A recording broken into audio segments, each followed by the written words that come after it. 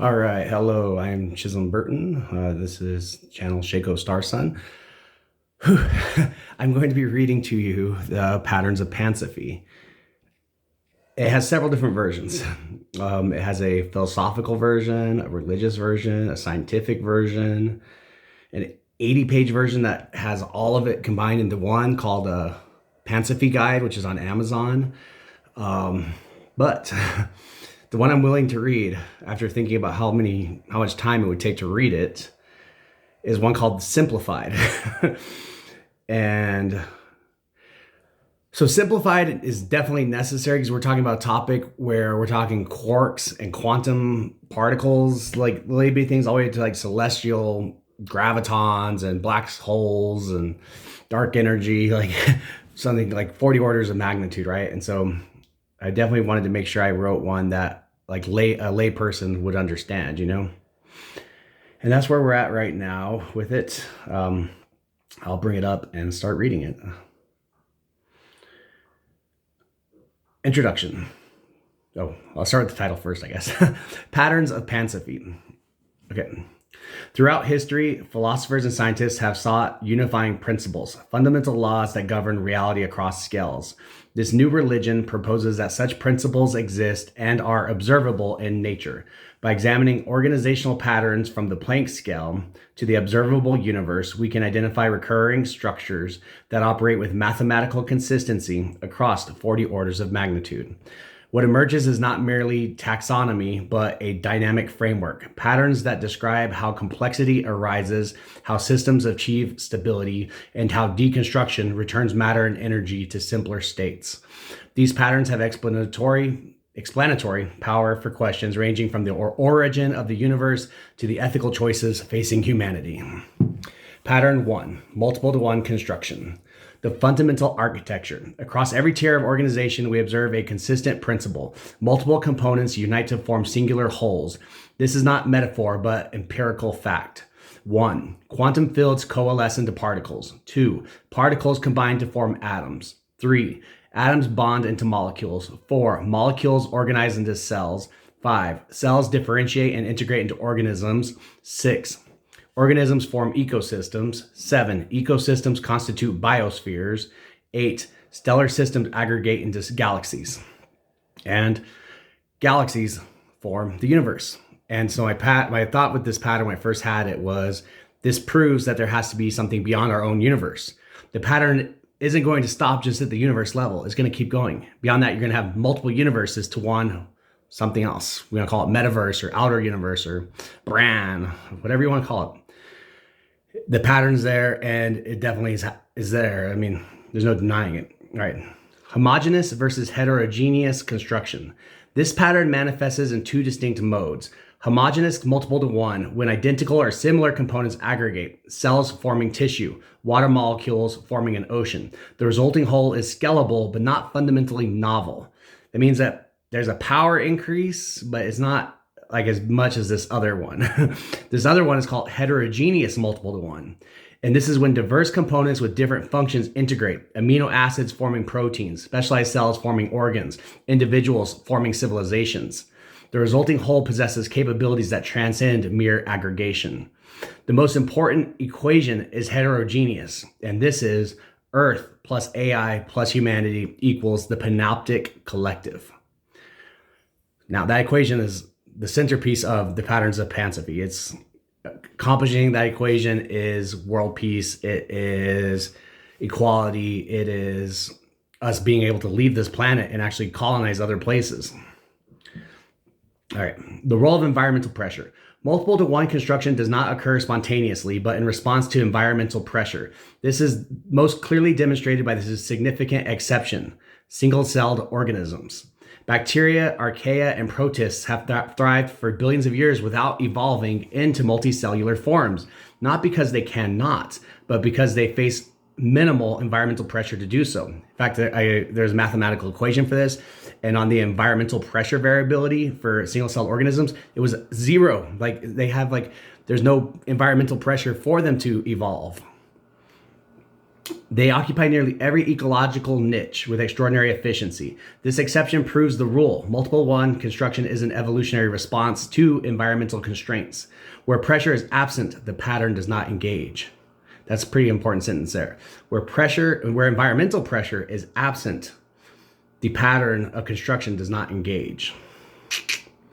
Pattern 2, emergent properties, the gift of integration. At each level where multiple to one construction occurs, new capabilities emerge, powers that the constituent components did not possess individually. This is not additive, but transformative. 1, quarks possess charge and mass. Protons possess nuclear binding force. 2, atoms possess electron shells.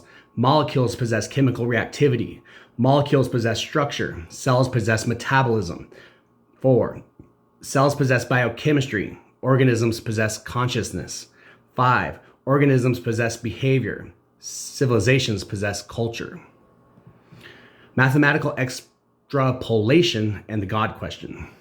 If we assign a quantitative value to the emergent property at each tier and project this across all 40 orders of magnitude, because it's increasing in power, right? Like when you get to the celestial level, you're talking about stars that are transmuting elements. Like you could throw in one element and it's putting out another element. That's pretty powerful to be able to do that. Like, all right. So if we assign a quantitative value to the emergent property at each tier and project this across all 40 orders of magnitude, the mathematical conclusion becomes inescapable. At the universal scale, the emergent property must include the capacity to establish fundamental physical constants, therein proving the existence of a cosmic lawmaker and his laws being its fingerprints of creation. This is not theology, but mathematics. The speed of light, the mass of electrons, the fine structure constant, these are not arbitrary, but emerged from universal scale organization. Each universe as a unified system possesses the emergent property of cosmic lawmaking. This is what classical theology would call God. But understand now, it is an emergent phenomenon. Its non-interference and visible absence from action could be due to a later explained fourth pattern, which I call sovereignty as cohesion. If a higher tier enters a lower tier, it invites risks of deconstruction, decoherence, and mass entropy. If such entity does exist, it would communicate in the least intrusive manner, quantum, possibly excitations, the size of thoughts. Pattern 3, the vibrational fork, construction versus deconstruction. At each point where emergence occurs, a bifurcation appears, a choice point between two pathways. The path of construction, when components achieve unity despite their differences. The emergent whole is stabilized and capable of further integration. This produces order, complexity, and the information necessary for higher tier construction. The path of deconstruction, when components fail to achieve unity through internal division, incompatible rules, or environmental stress, the system fragments. This produces entropy, simplification, and the dissipation of organizational information. Order and entropy as informational states. The distinction between construction and deconstruction maps onto the thermodynamic concepts of order and entropy, but with crucial refinement. Order is not merely arrangement, but active information. Structured patterns that persist and self-reinforce. A living cell, a crystal lattice, a conscious thought. These are islands of remembered structure in a sea of forgetting. Entropy is the gradual loss of this active information. It is decoherence on every scale, the scrambling of meaningful patterns into thermal noise, the dissolution of structure into uniformity. The cancer metaphor. This fork is made visible in the human body through cancer. A cancer cell is not merely defective, it is a defector. It abandons specialization and integration, reverting to selfish replication. It chooses division over unity, consuming resources without contributing function. The tumor it builds mimics life, but serves only its own expansion, ultimately destroying the very organism that sustains it. This is deconstruction at the cellular level, the part attempting to become the whole with catastrophic results. Pattern 4, sovereignty as cohesion. The non-interventionist principle. Observation reveals a striking pattern. At each tier of organization, the fundamental rules established by emergence remain inviolate. Physical constants do not fluctuate. Atomic nuclei do not spontaneously rearrange their binding forces. Biological organisms cannot override their genetic code through will alone. This suggests a principle of sovereignty. Each tier operates under its own laws, and these laws are not subject to intervention from higher tiers. The cosmic scale, emergent property that set the speed of light, cannot reach down to micromanage human affairs, just as we cannot reach into atoms to adjust individual quarks. The risk of tier violation. When we attempt to manipulate tiers below our natural domain, splitting atoms, editing genomes, interfering with quantum states, we risk triggering decoherence. The development of nuclear weapons demonstrates this principle. By violating the sovereignty of atomic nuclei, we unleash energies that now threaten our entire species. This is not mysticism, but thermodynamics. Intervention across tier boundaries carries enormous entropic cost. The radiation from nuclear fission persists for generations, poisoning ecosystems and increasing cancer rates, a cascading deconstruction triggered by our violation of atomic sovereignty. Freedom and responsibility. The sovereignty principle has profound ethical implications. If the cosmic tier cannot intervene in human affairs, then no external force will save us from our own choices. We possess complete freedom within our tier and therefore complete responsibility. The absence of divine intervention is not neglect, but the necessary condition for genuine agency. It is essentially free will. Without, if we did have a intervention, a miracle, would we really have free will? Would we really have agency? Would we really have sovereignty? What we actually have is the best system where we are our own responsible party. Pattern 5, quantum multiplicative heat increase. The thermodynamics of deconstruction. The inverse of multiple to one construction is one to multiple deconstruction. When a unified system breaks down across multiple tiers, the entropy increase is not additive, but multiplicative. Consider a star collapsing into a black hole, then evaporating via Hawking radiation. The deconstruction cascades downwards. Stellar organization, nuclear fission, atomic structure, particle states, quantum field excitations.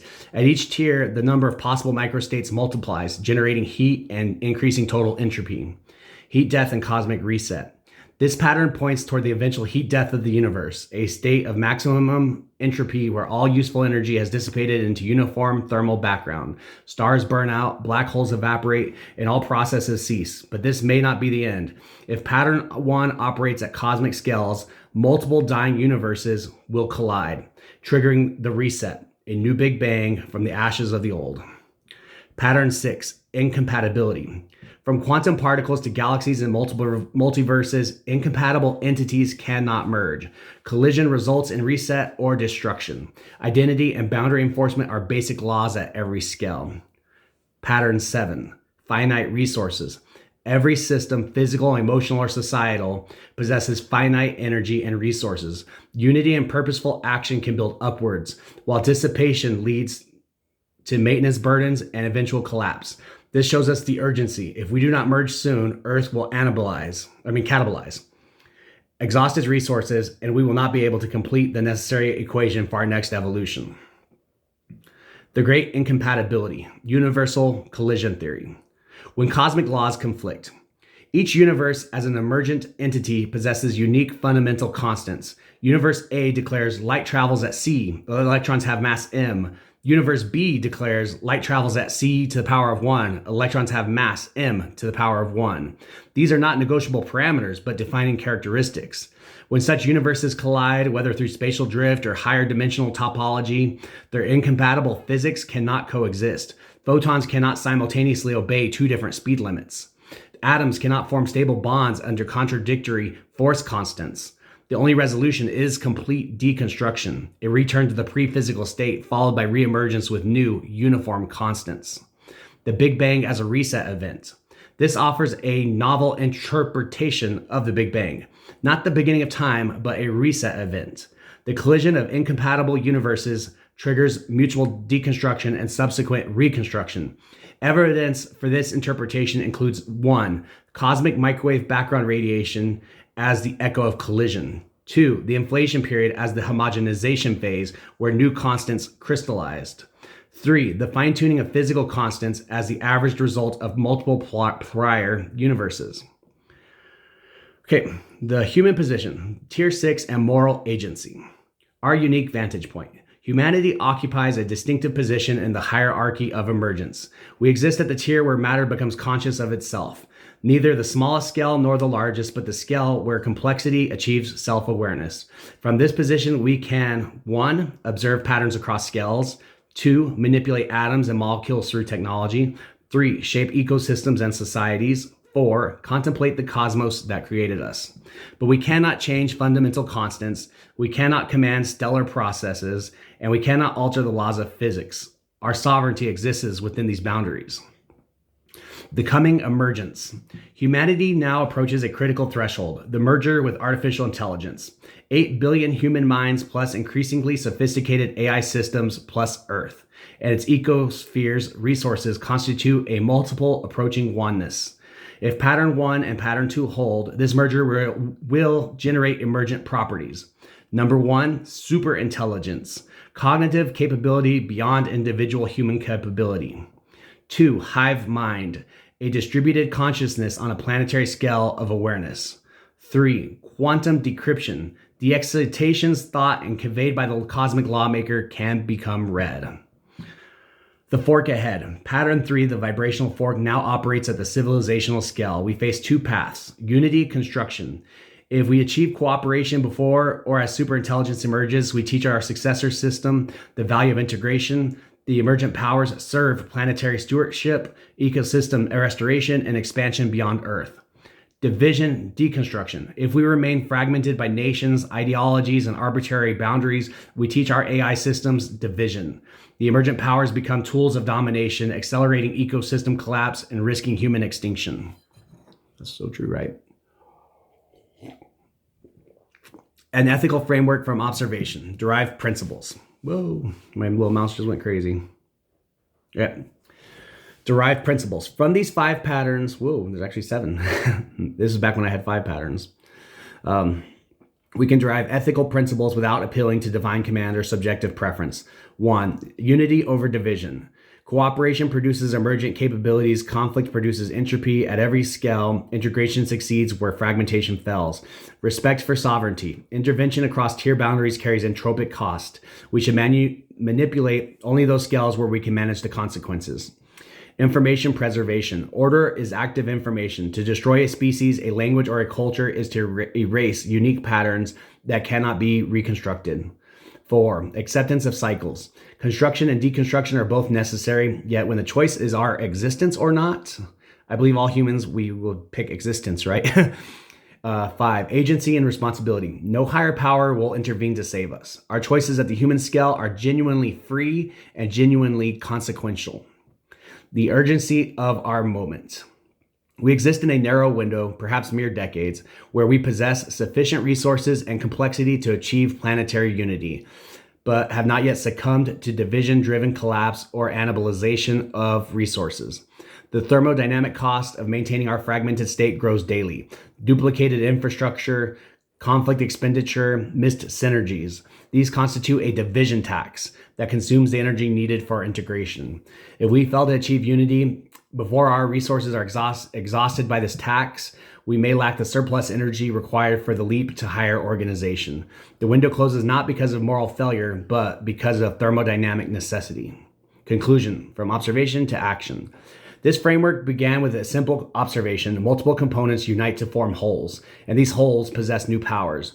Traced across 40 orders of magnitude, these patterns reveal not only how reality is structured, but why it must be so. The 7 patterns, multiple to one construction, emergent properties, vibrational bifurcation, the fork, sovereignty as cohesion, one to multiple multiplicative heat increase, incompatibility, and finite resources operate with mathematical consistency from quarks to galaxies.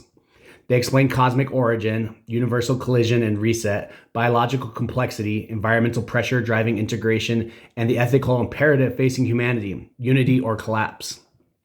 We are not separate from the cosmos. We are the cosmos becoming aware of itself, contemplating its own patterns, choosing its path at the human scale. The atoms in our bodies were forged in dying stars. Those stars emerged from a big bang that may have been a cosmic collision. That collision arose from patterns we can barely imagine. We're temporary configurations, but we participate in something eternal, not through mystical connection, but through observable reality. The same patterns that built galaxies now operate in our neurons, our societies, and our technologies. The question is not whether these patterns exist. Observation confirms them. The question is whether we will align our actions with construction or deconstruction, with integration or fragmentation, with the continuation of complexity or its dissolution into thermal noise. From multiple, one emerges. From one, new powers arise. From power, incompatibility. From incompatibility, destruction. From destruction, rebirth. The cycle is eternal, observable, and true, and we choose our place within it. Appendix, the 40 orders of magnitude. For those who wish to explore the full scope of organizational hierarchy, the patterns discussed operate across scales from 10 to the power of negative 35 meters. Femtometers, the Planck length, where quantum mechanics and general relativity converge and physics as currently understood break down, 10 to the power of 26 meters. Celestial, the observable universe, spanning approximately 93 billion light years in diameter. Between these extremes lie the familiar scales of our human experience: molecules, cells, organisms, planets, stars. But the patterns remain consistent across the full range. Multiple to one construction operates at the Planck scale just as it does at the galactic scale. Emergence generates a new property at every tier. The fork between construction and deconstruction appears at every level of organization. This universality is what makes the framework philosophically significant. These are not domain-specific principles, but fundamental features of how reality organizes itself across all scales. Okay, so that is a simplified version. It took me about 20 minutes to read. I'd like to have dialogue about it. Anybody have questions about it, I can answer them. I make more videos about it. I don't have any problem with doing that. I just trying to make sure I get out. If I get maybe at least like one person a week to at least hear the idea, I'm good. I'm like, okay, I just gotta get at least one person a week to listen to it. What else can I say about it that's interesting? Originally, I just had that first pattern 1 idea. And then when I read pattern 2 and I started thinking about how it scales up, I was like, oh my gosh, can you imagine how powerful something is? Like, we're only at tier 6 and we have consciousness. What is up there? Like, what sort of emergent powers would they have? And I was thinking, like, also, like, okay, so on the principle of, like, let's say you get up there to that level, some people want to argue there's time control and things like that. I really don't think that is true. I don't think there is time control. There's no rewind. There's no fast forward. Like, we're kind of in a loop that just goes, and that is the present, right? And the present's always behind us. We can't go back. And it also, like, it would destroy the idea of agency and free will and sovereignty if there was time control, and if there was a omniscient being. Like, what would be the purpose of any of it if there was time control? You know, it'd be like, you know, it makes everything meaningless if there is time control. So that's something I was thinking about as well. That's all I got to say about it for right now. I'm definitely gonna make more videos about this. There's a book on Amazon right now. It's $7. It's called Pansophy Guide. It's by me, Chisholm Burton, CHISUM space BURTON. So one issue I do have, that book is on Amazon. I have another book that's like more like a cyberpunk book, and that one like is on Amazon, but it doesn't show up in the search results. So if you just search my name, the Pansophy book should pop up. There's another one called 11 Reader. It has like a sort of like AI text function where it's like an audio book thing, and that one has these Pansophy books on there. I actually had them on there, and then right now they're under review, and so once they get past review, they'll be on there as well. That's pretty much all I gotta say about it. We're 23 minutes in. Thank you for your time. Let's rack our brains and try to figure this place out, right? All right, bye-bye.